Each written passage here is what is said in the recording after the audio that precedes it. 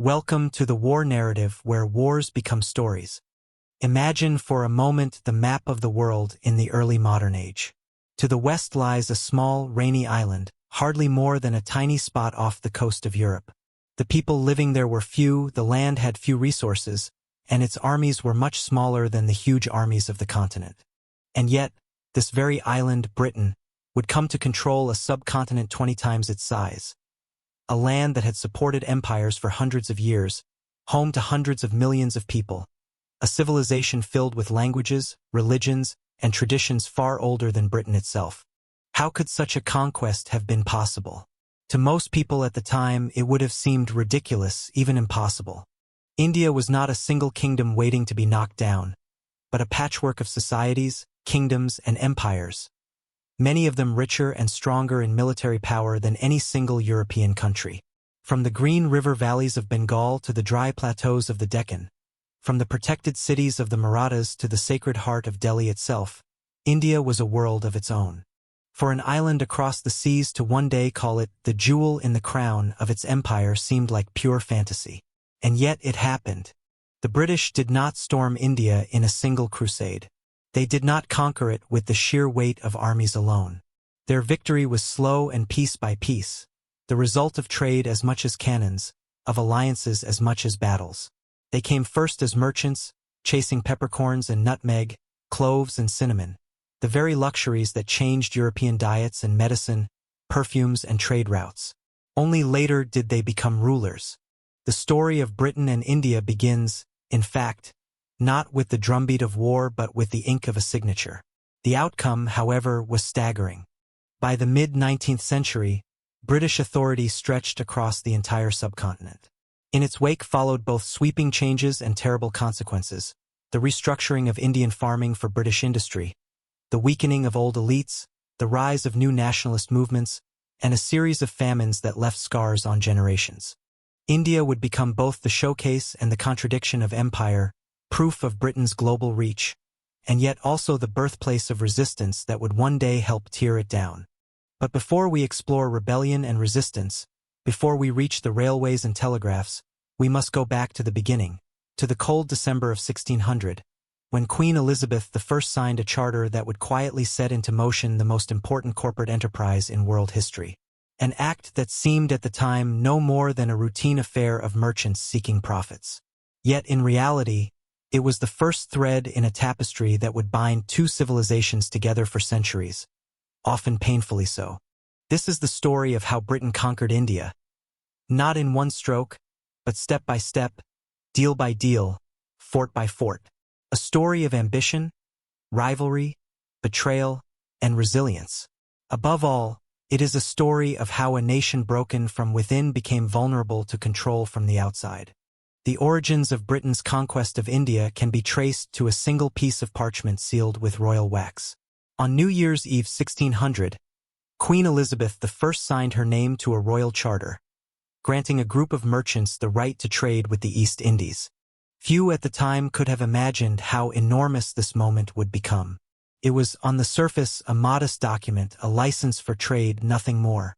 Yet in reality, it was the birth certificate of what would become the most powerful corporation in history, the English East India Company. These merchants were not aristocrats or statesmen, but ambitious adventurers who saw profit where others saw only danger.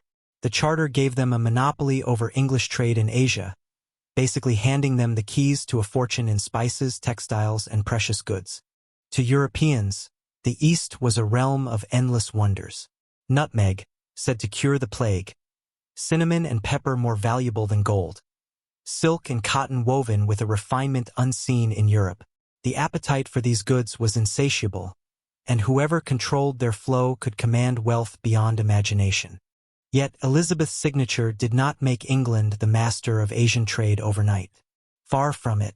The Dutch had already gotten ahead of them with fleets that were much larger and more efficient than the English. The Portuguese, established since Vasco da Gama's famous voyage, controlled key ports from Goa to Malacca. The Spanish, though overextended in the Americas, still loomed large. The French would soon arrive as well.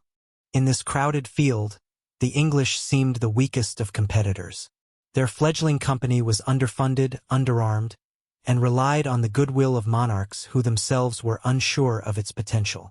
But the East India Company had two weapons that would prove decisive: patience and persistence. At first, its agents did not even seek direct access to India. Their eyes were fixed instead on the Spice Islands, today's Indonesia, where nutmeg and cloves promised quick riches. In those years, the Indian subcontinent was less a target and more a stepping stone, a place to resupply ships and establish outposts along the way to the true prize of the East Indies.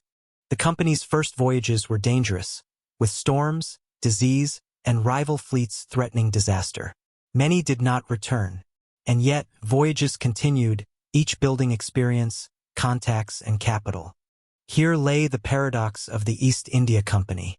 It was born not from a grand imperial strategy, but from merchants' hunger for profit. The British Crown had little appetite for costly overseas wars, especially at the dawn of the 17th century when England itself was far from secure. What Elizabeth and her ministers did understand, however, was the power of commerce as a weapon. If England could not defeat its rivals with armies, it might outlast them through trade. The Charter of 1600 thus marked more than just an economic gamble. It was a strategic experiment.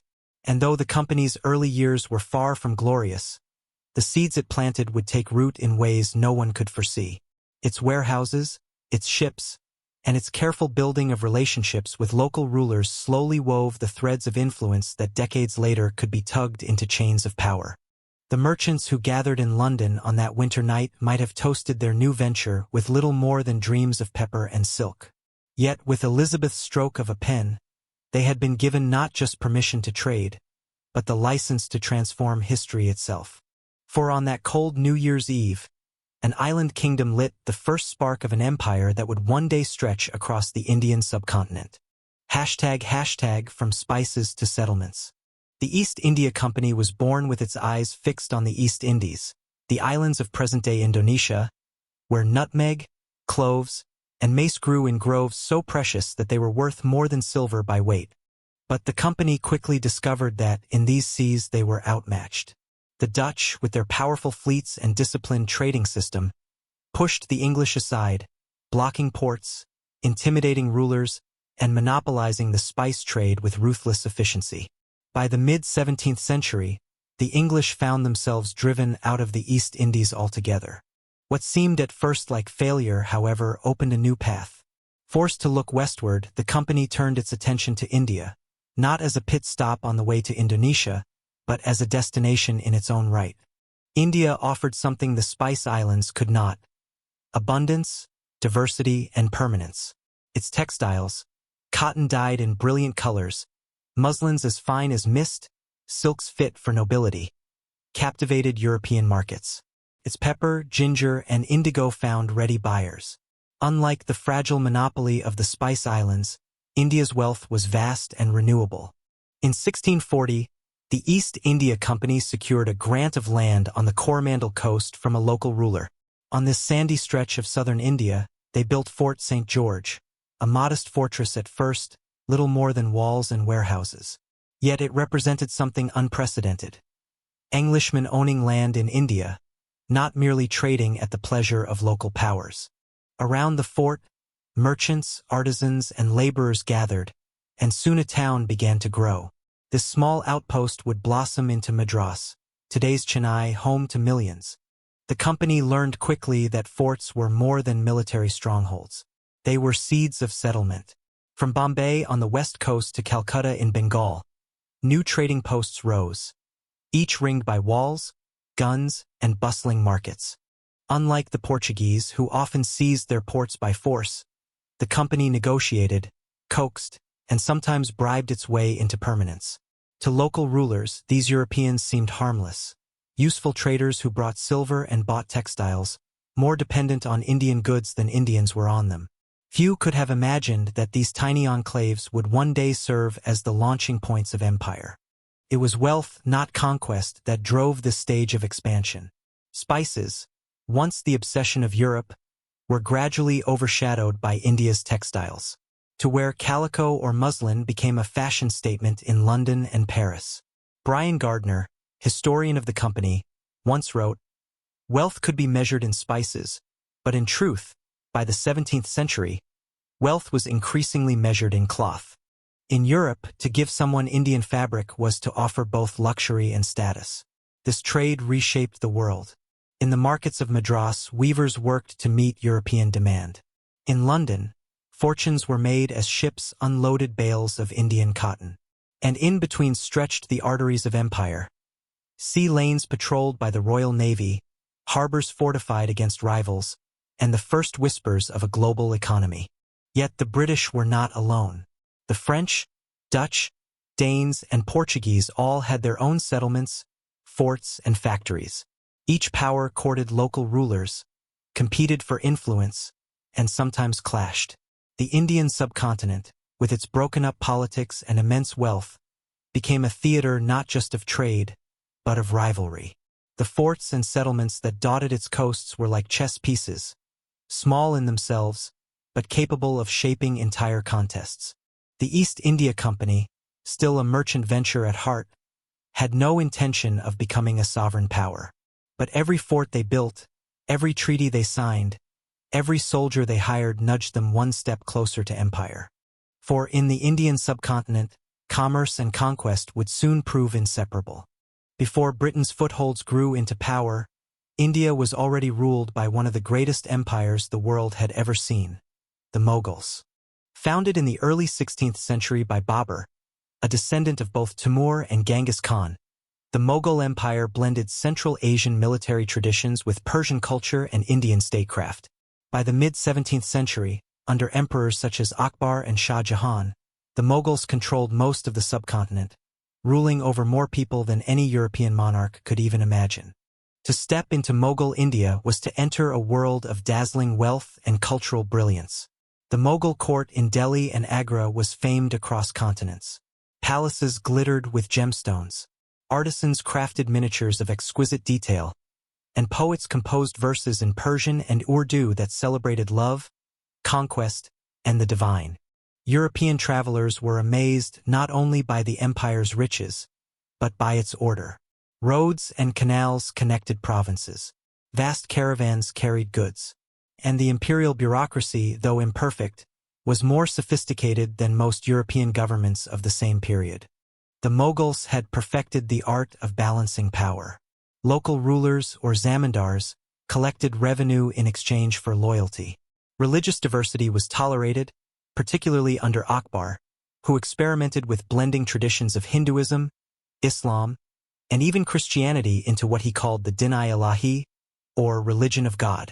The empire's ability to integrate so many peoples into one political order was a feat unmatched in much of the world. The Mughal economy was the envy of Europe. India produced nearly a quarter of the world's wealth during the early modern period. As cotton, silks, spices, and indigo dominated global trade. Cities like Surat and Bengal's Dhaka were buzzing with commerce, their ports filled with ships bound for Arabia, Africa, and Southeast Asia. When the first English merchants arrived, they were dwarfed by the scale of Indian production. Europe needed India far more than India needed Europe. Yet the grandeur of the Mughal world was more than material. Its cultural legacies remain among the most recognizable symbols of India today. The Taj Mahal, completed in 1648 under Shah Jahan as a tomb for his wife Mumtaz Mahal, still rises like a marble dream over the Yamuna River, a reminder of the empire's ambition to turn stone into poetry. Gardens, mosques, forts, and paintings testify to a civilization that saw no contradiction between power and beauty. But even as the Mughals flourished, cracks were forming beneath the surface. The empire's reliance on constant conquest to sustain its revenues created strains. Successors after Akbar struggled to command the same loyalty across diverse populations. Religious tolerance gave way under rulers like Aurangzeb to more rigid orthodoxy, which alienated large portions of the empire's Hindu majority. The sheer size of the empire made it vulnerable to rebellion, overextension, and foreign threats. Still, in the 17th century, the Mughals seemed unshakable. To the English traders huddled behind their walls at Madras or Calcutta, the Mughal emperor was less a rival than a distant son. too far above their reach to challenge. And yet, history has a way of shifting balance. Empires that seem eternal can fade within a generation. The Mughal order, which had given India relative stability for nearly 2 centuries, would not collapse overnight. But its slow decline would open space for ambitious newcomers. When the British Company began securing land, forts, and influence, it was not because they overpowered the Mughals directly. It was because they arrived just as the Mughal world was beginning to fall apart. To understand how Britain rose, we must now turn from the empire at its height to its gradual unraveling, an unraveling that would redraw the destiny of India itself. By the dawn of the 18th century, the glittering Mughal empire that had once dazzled the world was beginning to dim. Its palaces and gardens still stood, its armies still marched, but the bonds that held the empire together were fraying. The decline was not sudden. It was slow, uneven, and at times invisible to those living through it. Yet with each passing decade, the authority of the Mughal emperor became more symbolic, while real power slipped into the hands of provincial governors, ambitious generals, and local chieftains. The causes of this decline were many. The empire's sheer size strained administration. A system built on conquest required constant victories to sustain itself. And when conquest stalled, so too did revenues. Aurangzeb, the last great Mughal emperor, expanded the empire to its largest territorial reach, but exhausted its treasury and army in the process. His rigid religious policies, aimed at enforcing Islamic law across a diverse population, alienated many Hindu nobles and rulers who had once been loyal allies under Akbar's more tolerant regime. Resentment brewed quietly, and rebellions became more frequent. Then came the external blows. In 1739, the Persian ruler Nadir Shah stormed into India. At the Battle of Kurnool, the Mughal army was decisively defeated. Days later, Delhi itself was sacked. Nadir Shah's soldiers swept through the imperial capital, looting its treasures and leaving the city in flames. Among the plunder was the legendary peacock throne, covered with jewels, and the Kohinoor diamond, symbols of Mughal majesty carried off as spoils of war. Delhi's streets ran with blood, and the emperor, once master of a subcontinent, now looked powerless even in his own capital. Barely a decade later, another invader followed. Ahmad Shah Durrani, the Afghan conqueror, launched repeated invasions into northern India beginning in 1748. His armies swept across Punjab and beyond, seizing territory and shaking Mughal authority further. Each invasion exposed the fragility of a once proud empire. The emperor remained in Delhi, a figurehead, while his authority carried little weight outside the city's walls. The weakening of the Mughal center had deep consequences. Governors of distant provinces, Bengal, Hyderabad, Awadh, began acting independently, collecting revenues for themselves and maintaining private armies. In effect, the empire splintered into semi-independent states that still paid nominal tribute to Delhi, but were Mughal in name only. The empire's prestige lingered like an echo, but the sound grew fainter with each passing year. For India's people, the decline of the Mughals was not merely a political drama, but a lived reality. Peasants faced heavier taxation as local rulers sought to enrich themselves. Banditry spread along trade routes. Merchants, once confident in the security provided by imperial law, now found themselves negotiating with regional warlords instead of a single empire. The grand dream of a united, prosperous Mughal India was slipping away. Yet in this turbulence lay opportunities for others. New powers rose from the empire's ruins. The Marathas in the Deccan, the Sikhs in Punjab, the kingdom of Mysore in the south, all carved out their own realms. Each sought to fill the void the Mughals left behind. But this political breakdown also opened doors for outsiders. Where once a powerful emperor might have dismissed foreign merchants as minor irritants, now European companies found themselves courted as allies, financiers, or military backers in the endless rivalries of Indian states. The decline of the Mughals did not mark the end of India's story. It marked the beginning of a new chapter, a chapter in which foreign traders could gradually transform into conquerors. And in this shifting landscape, the East India Company, once an anxious guest at the fringes of empire, began to see possibilities that no one had imagined a century earlier. As the Mughals weakened, the vacuum of power was not left empty for long. Rising from the rugged hills and fortresses of the western Deccan came a new force, the Marathas. What began as a local resistance movement under the legendary Shivaji in the 17th century evolved into one of the most powerful forces of 18th century India. Unlike the centralized, opulent Mughal court, the Marathas built their strength on mobility, resilience, and a decentralized confederacy that could strike across the subcontinent with astonishing speed. The Marathas were, in many ways, the opposite of the Mughals. Where the Mughal emperors had relied on monumental architecture and courtly ritual to project power, the Marathas excelled in guerrilla warfare and swift cavalry raids. They were deeply rooted in the land, drawing on local loyalties and a warrior tradition that emphasized endurance and adaptability. Their forts, perched on rocky cliffs or hidden in forests, were symbols of resistance, each one a thorn in the side of would-be conquerors. By the early 18th century, the Marathas were no longer mere raiders. They had forged an empire that stretched across much of central and western India. From their stronghold at Pune, they projected authority over vast territories, extracting tribute from weakened Mughal governors and rival kingdoms. Their armies rode deep into Bengal, Gujarat, and even up to Delhi itself, at times dictating terms to the very emperors who once ruled them. But the Marathas were not a single kingdom. They were a confederacy of powerful chiefs, each controlling their own region, but united in common cause. This structure gave them flexibility, but also sowed seeds of division.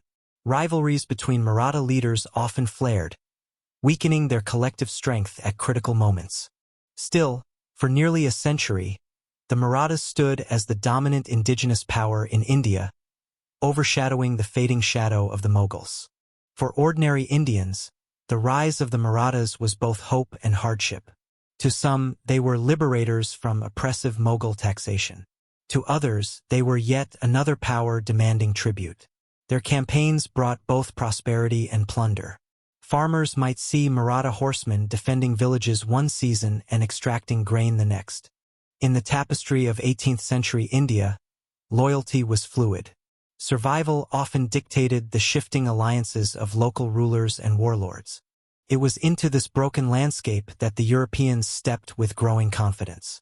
The Marathas, despite their strength, never fully united India under their banner. Their energies were spent on expansion, on extracting revenue, and on fending off rivals. They fought bravely against foreign intruders, but never recognized the danger posed by seemingly small outposts of the East India Company. To many Maratha leaders, these merchants were useful partners, sources of silver, suppliers of weapons, and occasional allies in regional wars. Few realized that behind their trade agreements lay a more dangerous ambition. The Maratha story is one of both triumph and tragedy. They proved that Indian states could rise to challenge even the great Mughals. Yet their inability to consolidate power across the subcontinent meant that when the true test came, not from Delhi but from London's merchants, they would be divided. In the end, their rise was also a prelude to their downfall. For the very decentralization that made them strong would one day make them vulnerable. As the 18th century unfolded, the stage was set for a three-way contest. The remnants of the Mughals, the rising Marathas, and the increasingly bold East India Company.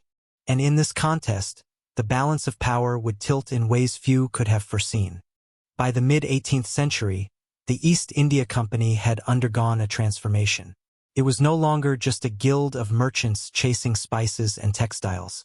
It was becoming something more dangerous. Across India's broken political map, the company's leaders recognized a truth. Trade alone could not guarantee survival. To defend their warehouses, forts, and contracts, they would need soldiers. And so, a corporation began raising an army. At first, these forces were modest, little more than hired guards. But over time, the company organized them into disciplined regiments trained in the European style. Indian recruits, known as sepoys, were drilled with muskets, bayonets, and the tactics of British line infantry. European officers commanded, while Indian soldiers filled the ranks. What began as protection for trade became, in effect, a private army loyal not to the British crown but to a corporation whose headquarters sat thousands of miles away in London. The funding for this military experiment came not from taxpayers but from commerce itself. Profits from cloth and spices were poured into muskets, cannons, and fortifications. Revenues from newly acquired territories were diverted into paying soldiers' salaries. The company had stumbled upon a formula that gave it both the means and the motive for conquest. Trade paid for war, and war secured trade. The company's army quickly grew larger than many European states' forces. By the 1760s, it numbered in the tens of thousands, overwhelmingly Indian in composition, yet European in discipline. This hybrid structure gave it a unique edge. Against rival Indian states, the company could deploy modern military formations, artillery barrages, and naval support, tactics that few Indian armies could match.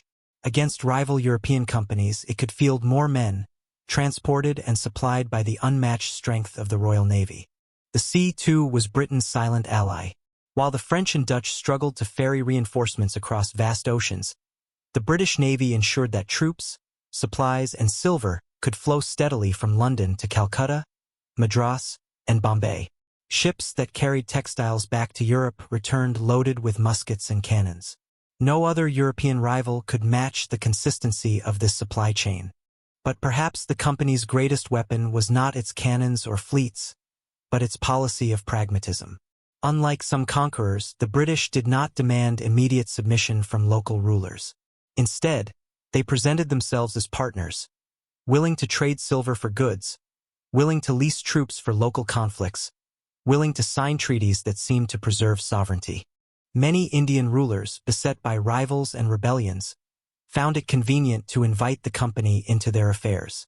And once invited, the company rarely left. This policy masked the true nature of the company's power. It was not conquest by open declaration, but conquest by gradual entanglement. Each alliance, each treaty, each garrison placed in a ruler's territory pulled India one step closer into the company's orbit. By the time many realized the cost of these partnerships, it was too late. The sepoys stood at their gates. The company's cannons faced their walls. And debts owed to company financiers bound them hand and foot.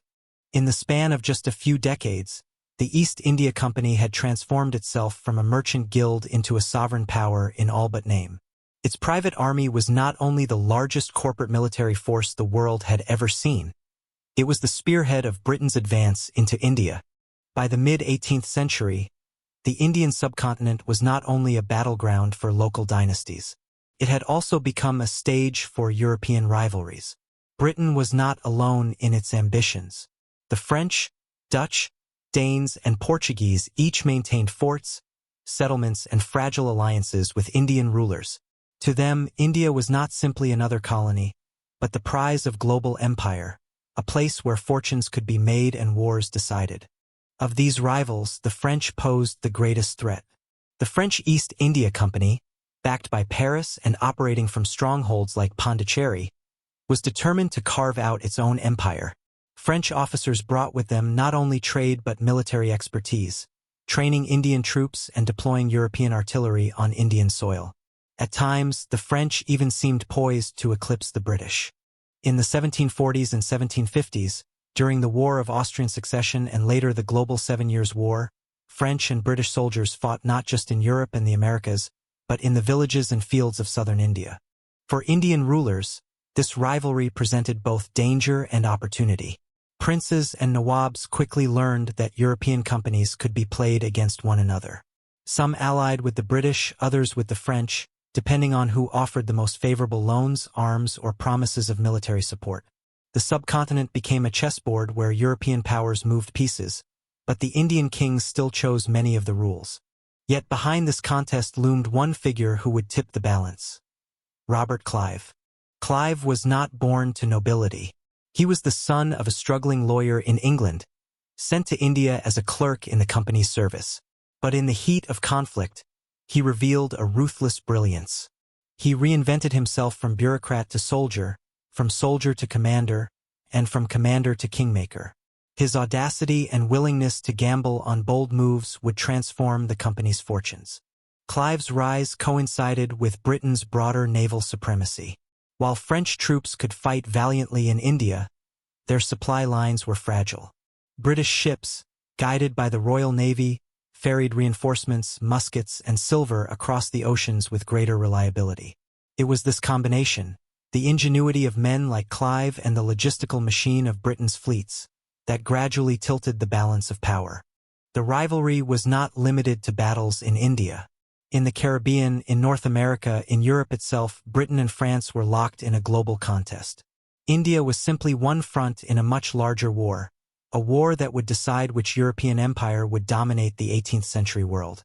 For the East India Company, victory in India was not merely about profit, but about survival against a French competitor just as determined to control the subcontinent's riches. The Dutch and Danes, though still present, increasingly faded into the background.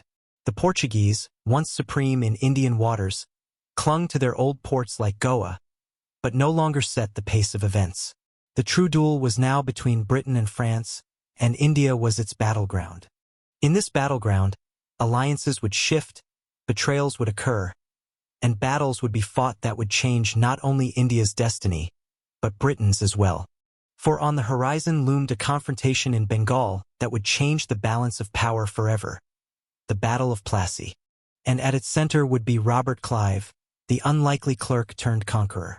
On the humid plains of Bengal in June 1757, a battle unfolded that would change the destiny of a subcontinent. Yet to call Plassey a battle almost feels misleading. It was not a clash of equal armies struggling to the death, but a carefully planned drama of intrigue, betrayal, and ambition, where the East India Company proved that victory in India could be purchased as much as it was fought. At the time, Bengal was one of the richest provinces in the world. Its fertile fields produced rice and opium, its workshops spun muslin and silk, and its ports carried goods across Asia and Europe. Control of Bengal meant control of immense wealth. But the Nawab of Bengal, Siraj-ud-Dowlah, was no friend to the British. Alarmed at the company's growing power and their unauthorized fortifications at Calcutta, he sought to limit their influence. When he marched on the company's settlement, the British response was swift, and Robert Clive was chosen to lead it. Clive knew the odds. On paper, the Nawab's forces numbered tens of thousands, far outnumbering the few thousand company troops and sepoys under his command. Yet Clive also understood something crucial. In India's broken political landscape, loyalty was rarely absolute. The Nawab's court was divided, riddled with jealousies and rivalries. Among his commanders was Mir Jafar, a general nursing grievances and ambitions of his own. To Clive, Mir Jafar was not just a potential ally, he was the key to victory. In the weeks leading up to Plassey, Clive engaged in secret negotiations, promising Mir Jafar that should he betray Siraj-ud-Dowlah, the company would make him the new Nawab. Gold, power, and titles were offered. Betrayal became inevitable. When the two armies faced each other on June 23, the outcome was already half decided. The Nawab's soldiers vastly outnumbered the company's men. But when the fighting began, Mir Jafar and his faction stood still, refusing to engage. Confusion spread through the Nawab's camp. The company's artillery, though limited, was well placed, and the sudden arrival of a summer storm soaked the powder of the Nawab's cannons while the British carefully protected their own. As the skirmish unfolded, Siraj-ud-Dowlah's army collapsed into disarray, his supposed allies watching in silence. Within hours, what might have been a decisive defeat for the company turned into a stunning victory. Siraj-ud-Dowlah fled the field, later captured and executed by forces loyal to Mir Jafar. True to their word, the British installed Mir Jafar as Bengal's Nawab, a ruler in name, but in practice a puppet of the company. It was a turning point of almost unimaginable scale. A private corporation thousands of miles from home had toppled one of the richest rulers in India through a mixture of cunning diplomacy, bribery, and battlefield discipline. The consequences of Plassey rippled far beyond Bengal. With control of its revenues, the company gained access to unprecedented wealth. This money was not only used to finance trade, it bankrolled the company's growing army, paid for new fortifications, and funded further campaigns across India. For the first time, the company could sustain its military machine without constant infusions of capital from London. India itself would pay for its own conquest. British rivals looked on in shock. The French, once nearly equal contenders, never recovered from their failure to secure Bengal. Indian rulers, meanwhile, began to realize with alarm that these Europeans were no longer mere merchants. They were kingmakers, capable of deciding thrones and rewriting destinies. And at the heart of it all stood Robert Clive, the man who had gambled everything at Plassey and won. He returned to Britain hailed as a hero, though his legacy in India was already stained with corruption and controversy. For the millions of Bengalis whose resources were now siphoned into the company's coffers, Clive's triumph marked the beginning of a new era, an era in which Bengal's prosperity would be drained to fuel Britain's rise. The Battle of Plassey was not the largest battle fought on Indian soil, nor the bloodiest, but it was perhaps the most important. It was the moment when the East India Company ceased to be merely a trading corporation and became unmistakably a ruling power. The cannons at Plassey had barely fallen silent when the true significance of the battle began to unfold. What Robert Clive and the company had won in Bengal was not just a victory, it was a fortune, a foothold, and a foundation for empire. With Mir Jafar installed as the new Nawab, the East India Company found itself in possession of something unprecedented: direct influence over one of India's wealthiest provinces. Mir Jafar's throne rested entirely on company support, and the price of that support was staggering. He was forced to pay immense sums in gifts and concessions, transferring treasure, land, and trade privileges to the company and its officers. Chests of silver, gold, and jewels, some of which had sat in Mughal treasuries for generations, were carted off into company vaults. The private accounts of Clive and his fellow officers swelled overnight, fueling both admiration and scandal when news reached London. But the wealth of Bengal was not a one-time windfall. More important than the immediate plunder was the stream of revenue that followed. The fertile fields of Bengal fed millions. Its weavers clothed much of the world. Now those revenues no longer sustained a Nawab or an emperor. They financed a corporation's ambitions. The company could pay its sepoys, expand its fortresses, and send ships and soldiers farther into the subcontinent, all with Indian wealth. Bengal, once a jewel of Mughal prosperity, became the financial engine of British expansion. This transformation occurred against the backdrop of global conflict. The 7 Years' War, 1756 to 1763, raged across continents, from Europe to North America to the Caribbean, and India was one of its critical theaters. Britain's victory at Plassey aligned with its broader naval and colonial successes. When the war ended with the Treaty of Paris in 1763, France's global position was shattered. The French East India Company, already weakened, collapsed within a few years. Though France retained small enclaves in India, Pondicherry, Karaikal, Chandan, these were little more than symbolic. The dream of a French India was gone. For the British, the war and its treaties confirmed what Plassey had foreshadowed. They were now the preeminent European power in India. No rival could match their combination of naval strength, financial resources, and political cunning. From this point onward, Britain's main adversaries in India would no longer be other Europeans, but Indians themselves. Yet with power came corruption. Company officials, once clerks and traders, now wielded authority over millions of subjects. Many used that authority to enrich themselves, extorting local rulers and monopolizing trade. The sudden influx of Bengal's wealth into London created both fascination and unease. Members of Parliament debated whether a private corporation should be allowed to wield such unchecked power. Some hailed the company's triumph as proof of British genius, while others warned that greed was eroding both morality and governance. For Indians, the consequences were immediate and profound. Bengal's economy, long balanced between subsistence farming and artisan production, was increasingly restructured to serve company profits.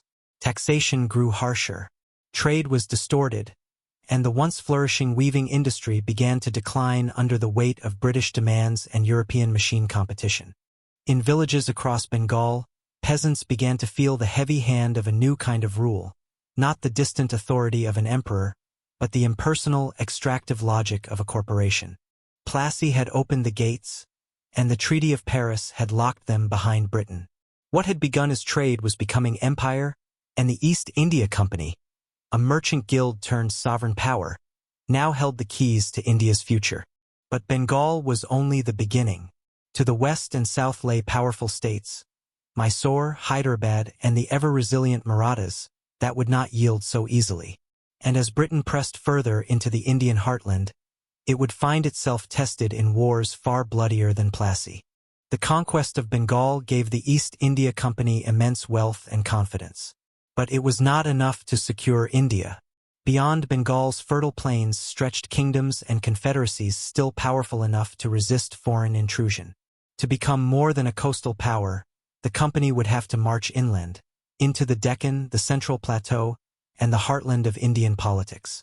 The first serious challenge came from the south. The kingdom of Mysore, under leaders like Hyder Ali and later his son Tipu Sultan, emerged as a formidable foe. Unlike many Indian rulers who treated Europeans as helpers, Mysore's rulers understood the scale of the threat. Hyder Ali reorganized his army with European-style training, imported French advisors, and built up a formidable cavalry and artillery corps. His son Tipu went even further, experimenting with rocketry and fortifying his realm with modern tactics. For the first time, the company faced an Indian power that could fight it on near-equal terms.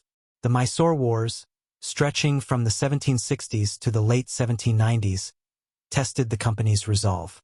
Victories were hard-won, and defeats reminded the British that India's fate was not yet decided.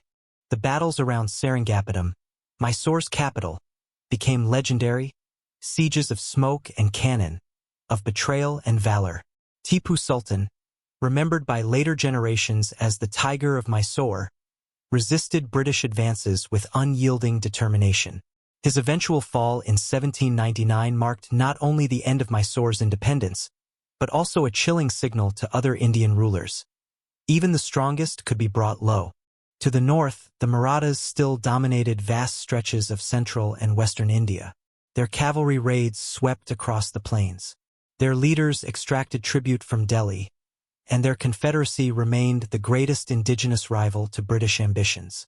But like the Mughals before them, the Marathas were divided.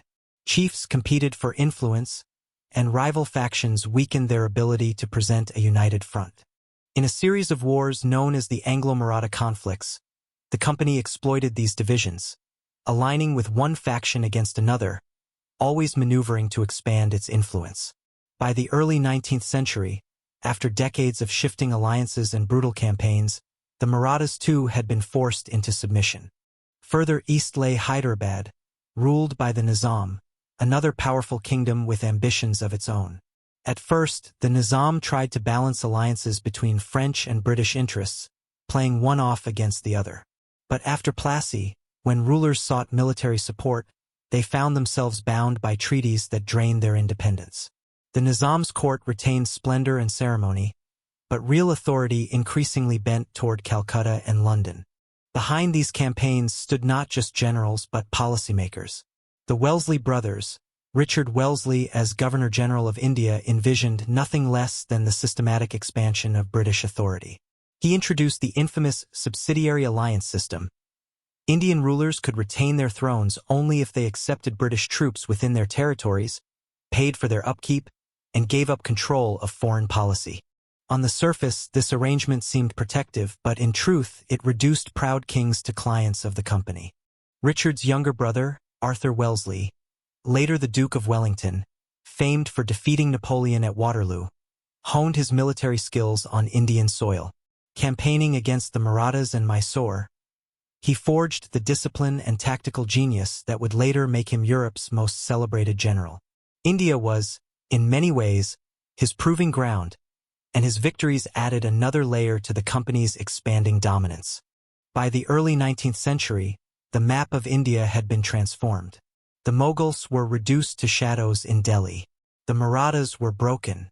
Mysore lay crushed, and Hyderabad existed under British shadow.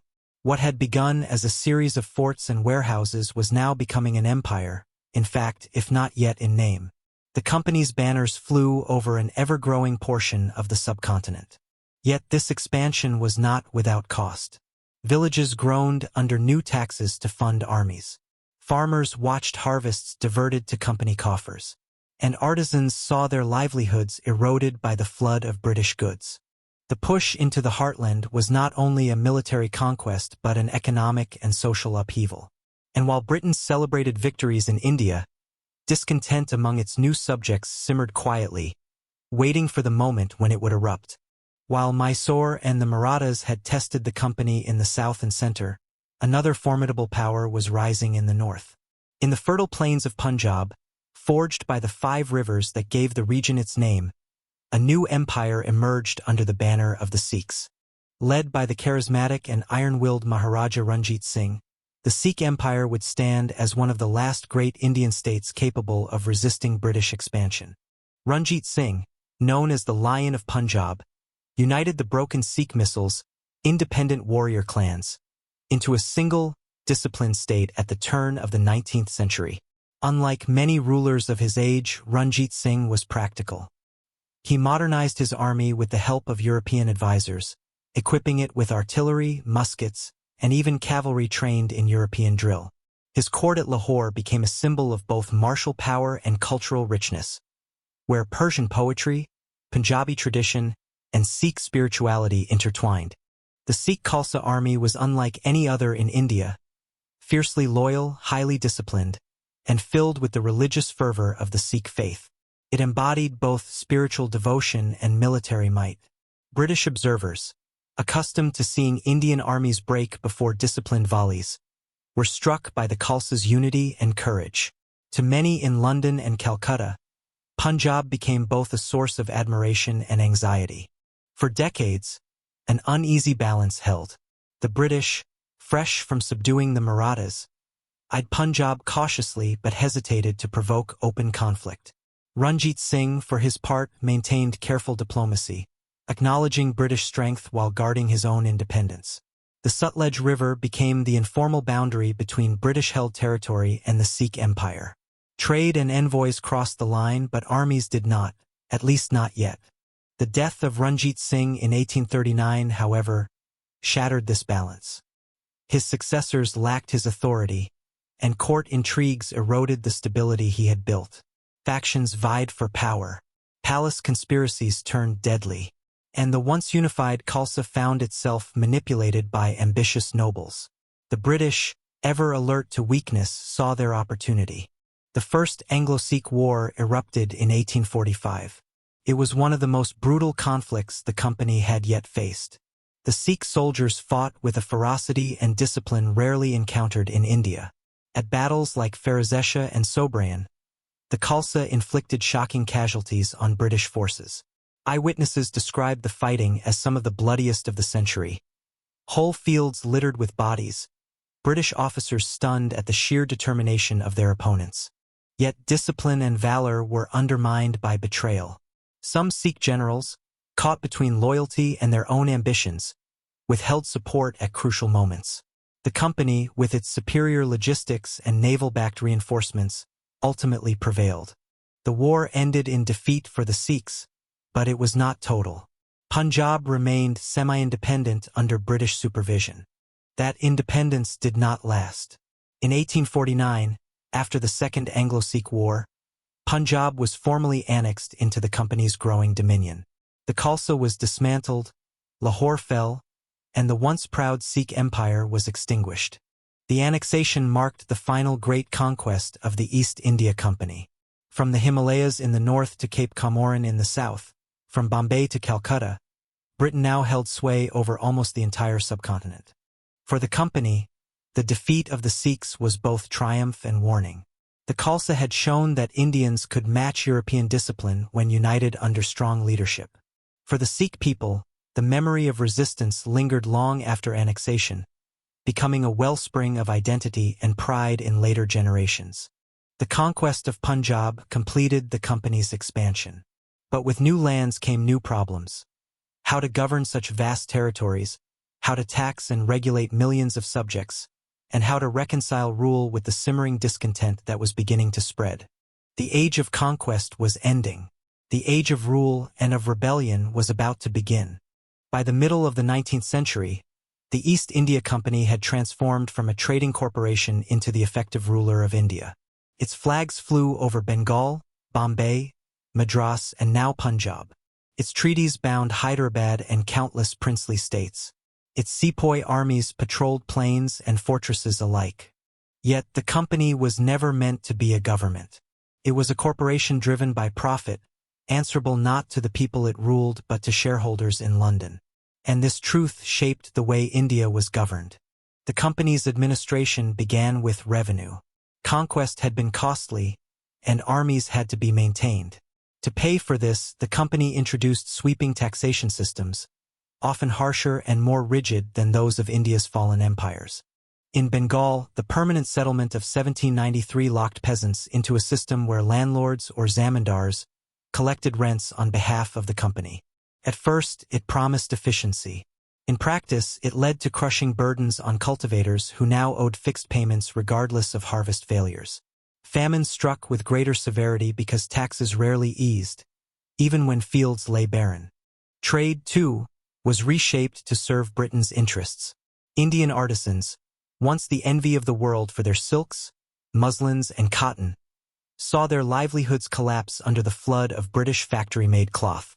The same railways and shipping routes that promised progress also carried cheap industrial textiles from Manchester and Birmingham into Indian markets, undercutting local weavers. Entire weaving towns like Dhaka, once famed for its fine muslins, fell into decline. Villagers who had once spun thread for global markets were now reduced to subsistence farming or debt. The company also sought to impose legal and administrative reforms. British courts and codes of law were introduced, intended to create uniform justice, but often undermining local traditions and practices. English education was promoted among the elite, producing a small but influential class of Indians who could serve as clerks, translators, and minor officials. While some welcomed the new learning, others saw it as a threat to established religious and cultural orders. Religious and social policies deepened these tensions. The company proclaimed neutrality in matters of faith. Yet its actions often contradicted this claim. Missionaries, though not officially endorsed, operated with growing confidence under British protection, spreading Christianity in regions long defined by Hinduism, Islam, and Sikhism. At the same time, reformist governors like Lord William Bentinck sought to ban practices such as sati, the burning of widows, and to regulate child marriage. While these reforms were hailed in Britain as signs of progress, many Indians perceived them as intrusions into sacred traditions, an assault not only on customs but on community identity. Among Indian elites, disillusionment spread. Princes found their independence reduced by subsidiary alliances that drained their treasuries and filled their courts with British advisors. Noble families that had once enjoyed Mughal patronage lost their lands or saw them reassigned to company loyalists. Even those who prospered under British rule, merchants, financiers, and some landlords, felt a gnawing unease. They profited from the company's order, yet they too recognized the foreign hand that now dictated the rhythms of Indian life. For ordinary people, company rule was felt most sharply in the village. Taxes pressed hard. Soldiers recruited from peasant families were sent far from home. And new systems of land ownership disrupted centuries-old ties between cultivators and communities. Railways and telegraphs were beginning to knit India together, but they served primarily to move troops swiftly and extract resources efficiently. The promise of modernization was inseparable from the reality of exploitation. To the British public, the company's empire was presented as a civilizing mission, an experiment in governance, progress, and reform. But in India, the experiment looked different. It looked like wealth siphoned abroad, traditions unsettled, and a population caught between admiration for modern innovations and resentment at their cost. The East India Company had mastered conquest. Now it sought to master rule. Yet in doing so, it planted the seeds of resistance. For every law passed, every tax collected, every reform imposed without consultation, resentment deepened. Beneath the surface of apparent stability, the embers of rebellion smoldered, waiting for a spark to ignite them. By the 1850s, beneath the outward order of British rule, discontent was spreading like cracks through stone. On the surface, the East India Company's empire seemed secure. Forts stood strong, railways extended farther each year, and sepoy regiments drilled with clockwork discipline. But underneath, resentment was coiling tightly, drawn from economic hardship, wounded pride, and fears that Britain intended not just to govern India but to remake it in its own image. The economic strains were felt most immediately. Heavy taxation bore down on villages, while new land settlements uprooted traditional rights. In Bengal, the permanent settlement had left cultivators at the mercy of landlords. And in the north, systems like the Mahalwari forced peasants into cycles of debt. Famines became more devastating, not only because harvests failed, but because taxes rarely relented. To peasants who saw their grain taken away under company demand, British rule felt less like justice and more like theft. Artisans, too, carried the scars of empire. Once, Indian weavers had clothed Europe in muslin and silk. Now cheap machine-made cotton from Lancashire flooded the markets, undercutting their work. Towns that had thrived for centuries sank into poverty.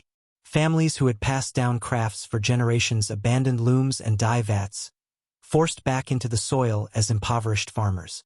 Prosperity seemed to drain out of India as steadily as the silver and textiles that filled British warehouses. Religion and culture provided another source of tension. While the company claimed neutrality, its policies often stirred suspicion. The presence of Christian missionaries, though never officially endorsed by the company, was seen as a sign that Britain intended to convert India. Social reforms, such as the abolition of suttee and restrictions on child marriage, though celebrated in London, were received in India with unease. To many, these measures appeared not as compassionate reforms but as assaults on sacred customs, the first steps in tearing apart the very fabric of Indian society. Nowhere was resentment more concentrated than in the company's own army. The sepoys, numbering in the hundreds of thousands and drawn largely from the peasantry of Bengal, Awadh, and the north, were the backbone of British power in India. Yet they often felt the sting of humiliation. Their pay lagged behind rising costs of living, promotions were restricted, and the cultural insensitivity of British officers bred mistrust. Orders that ignored caste and religious observances, such as forcing sepoys to serve overseas, which for many Hindus meant losing caste, deepened alienation. The spark, when it came, was small but symbolic. In 1857, the company introduced a new Enfield rifle. Its cartridges, soldiers were told, were greased with animal fat, rumored to be derived from cows, sacred to Hindus, and pigs, forbidden to Muslims. To load the rifle, sepoys had to bite the cartridges open, an act that violated both Hindu and Muslim religious law. Whether the rumor was entirely true or not mattered little. Belief itself was enough to ignite fury. For the sepoys, this was no longer just about pay or discipline.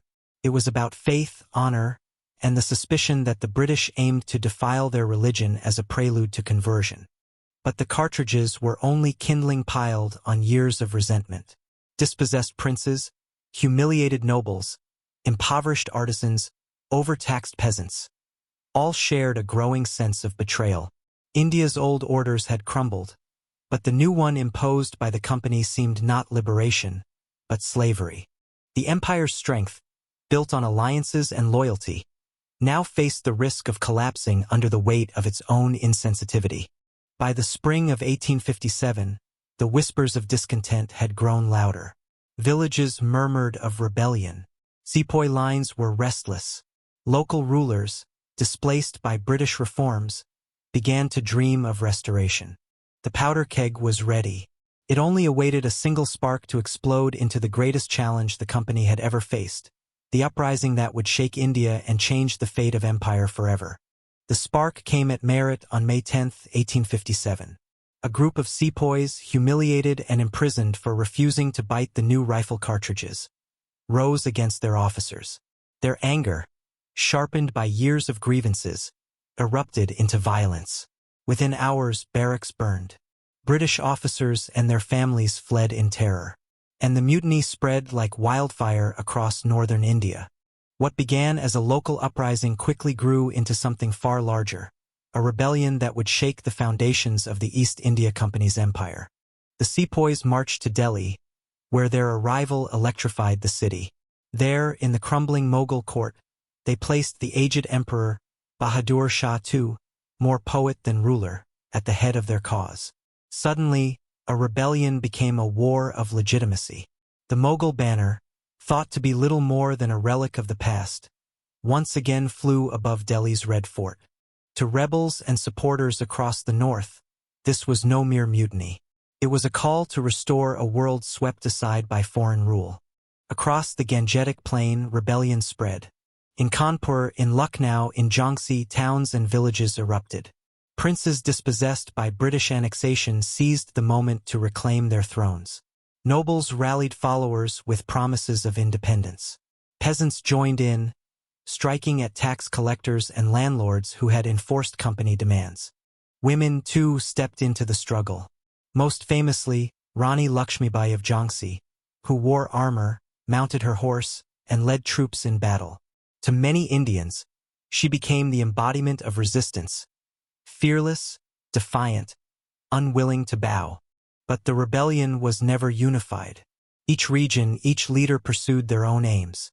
Some fought to restore the Mughals, others to revive Maratha power, others still simply to drive out the company. The lack of a common vision hindered coordination. Meanwhile, the British, stunned at first, regrouped with brutal determination. Reinforcements poured in by sea and overland. Telegraph wires, newly strung across India, crackled with messages that allowed Calcutta, Madras, and Bombay to coordinate their response with unprecedented speed. Railways ferried troops to hot zones faster than rebels could march. The very tools of modernity that the British had introduced became weapons of suppression. The fighting was ferocious. Delhi became a cauldron of siege and slaughter, its streets echoing with cannon fire. At Kanpur, rebels massacred British captives, an act that hardened British resolve for retribution. In Lucknow, British garrisons endured desperate months under siege, their relief celebrated in London as a triumph of endurance. And in Jhansi, Lakshmibai fell in battle, remembered by both friend and foe as a warrior queen who fought to her last breath.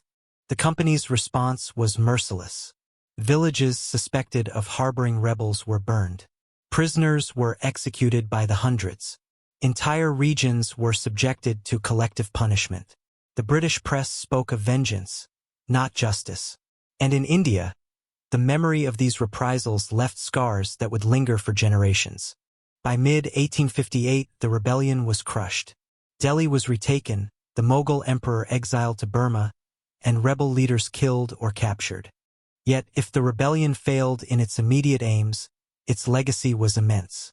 It shattered the illusion of stability under company rule, exposing how fragile its foundations truly were. It ended the Mughal dynasty, severing India's last symbolic link to its imperial past. And it forced Britain to reckon with a question that could no longer be ignored. Could India be ruled by a company whose pursuit of profit had driven millions into rebellion? The answer came swiftly. In 1858, the East India Company was dissolved. Its powers and territories were transferred directly to the British Crown. Queen Victoria was proclaimed Empress of India, and governance passed into the hands of Parliament. The age of company rule was over. The age of the Raj had begun. The rebellion of 1857 had torn away the illusion of stability. What followed was a reordering of empire itself. In 1858, Parliament dissolved the East India Company, and India passed directly under the authority of the British Crown. The transfer was not just a change of management. It was a declaration that Britain's hold on India would henceforth be permanent, no longer the enterprise of a company, but the proud possession of an empire. Queen Victoria, in her proclamation of 1858, promised justice, protection of religious freedom, and equal treatment under law. These promises were meant to calm a shaken land, to assure princes and peasants alike that Britain would rule not as a usurper but as a guardian. Yet beneath the words lay a new reality. India was now the jewel of Britain's imperial crown, and every aspect of its governance would be shaped to serve imperial needs. The Raj sought to project itself as modern, rational, and efficient. New systems of administration divided the subcontinent into presidencies and provinces, governed by viceroys and district collectors. The Indian civil service, staffed primarily by Britons, became the backbone of imperial authority, enforcing laws, levying taxes, and managing courts. For Indians, advancement into these ranks was possible only for a select few, often educated in English schools and carefully vetted for loyalty.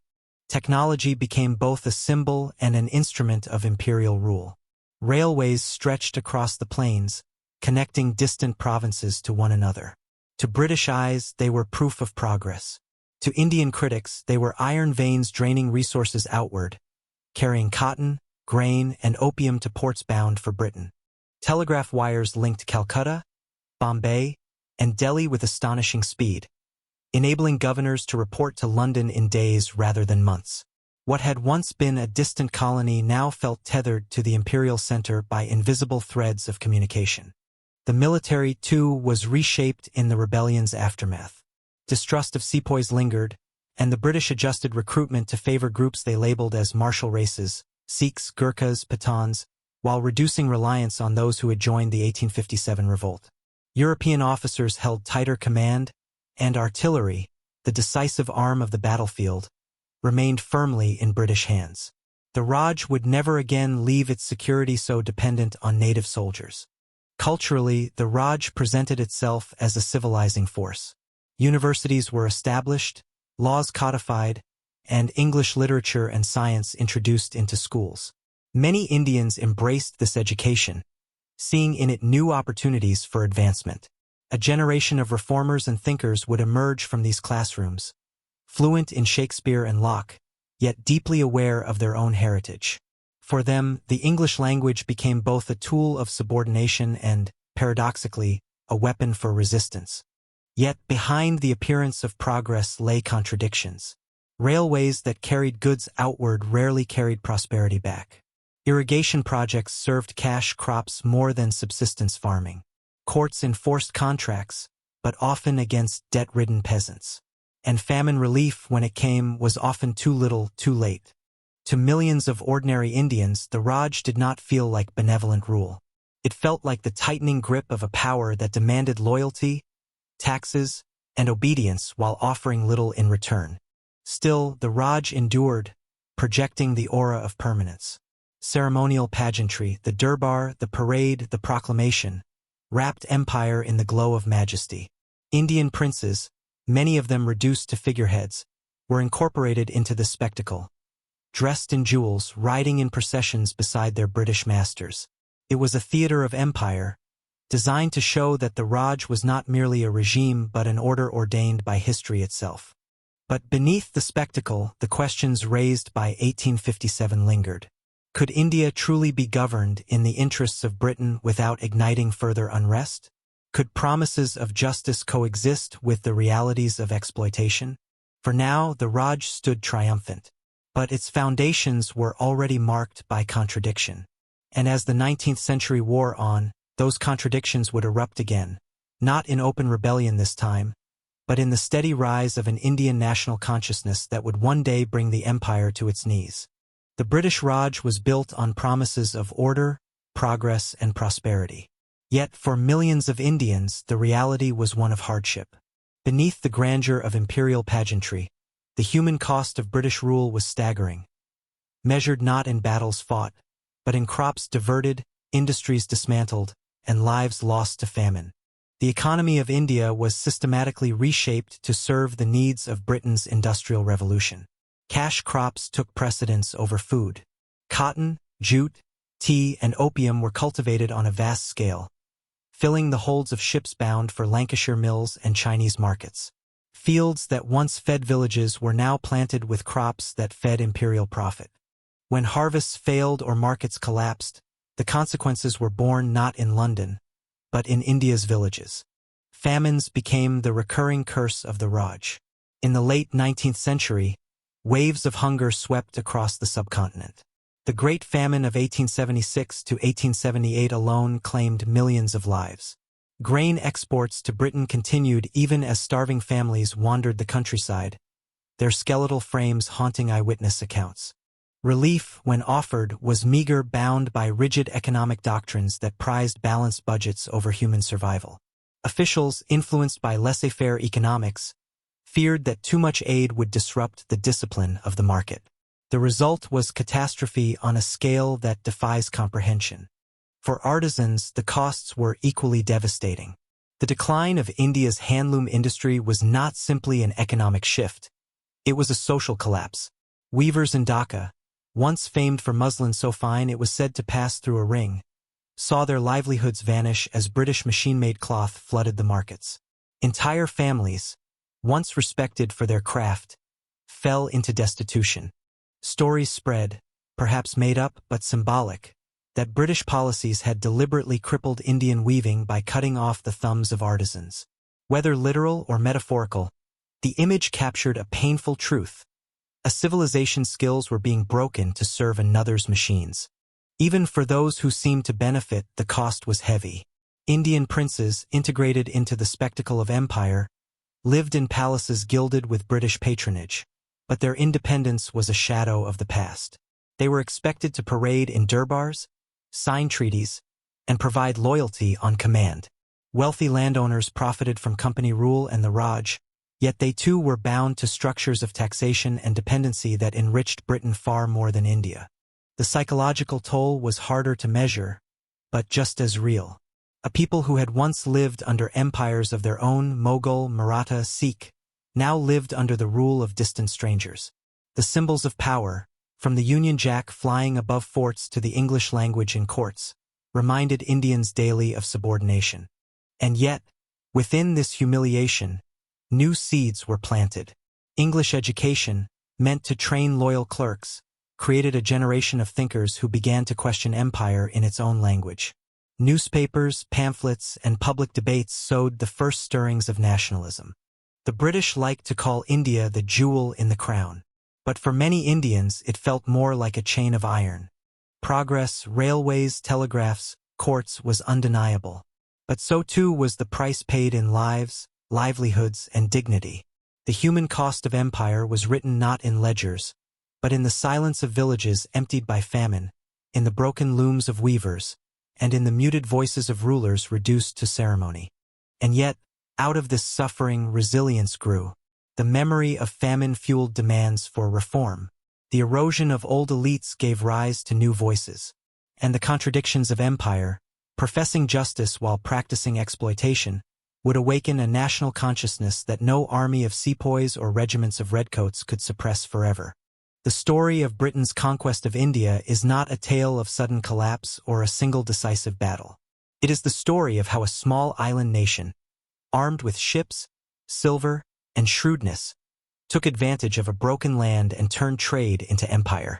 The conquest was built not merely on muskets and cannons, but on alliances, betrayals, and the steady erosion of India's sovereignty. The decline of the Mughal Empire created the vacuum. The rise and fall of powers like the Marathas, Mysore, and the Sikhs revealed the potential for resistance, but also the cost of division. Where Indian rulers failed to unite, the company succeeded in exploiting their rivalries. The British did not defeat a single India. They defeated many Indias, one at a time, until none remained beyond their grasp. The East India Company perfected a new kind of conquest, corporate empire. It wielded ledgers as ruthlessly as bayonets, financing armies with the very revenues it extracted from the people it ruled. Bengal's riches bankrolled campaigns against Mysore, the Marathas, and Punjab. Trade and conquest fed one another in an unending cycle until the company had transformed into something no one in 1600 could have imagined. A merchant guild ruling millions. But empire came at a price.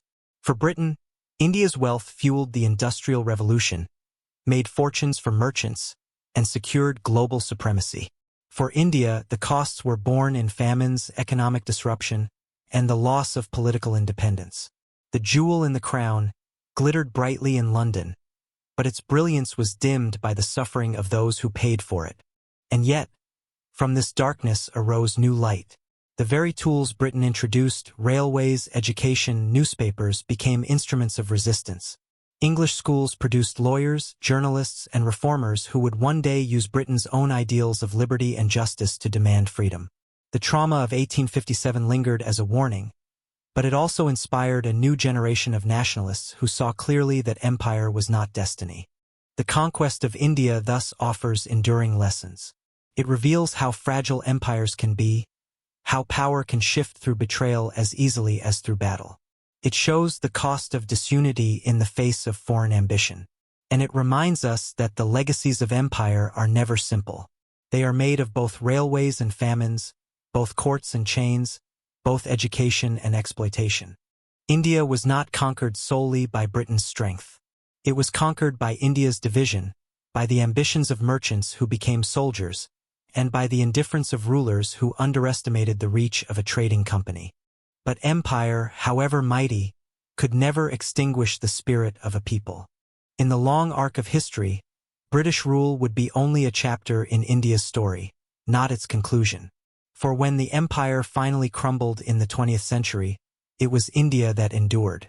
The land that had been called a jewel in another's crown reclaimed its own voice, its own destiny.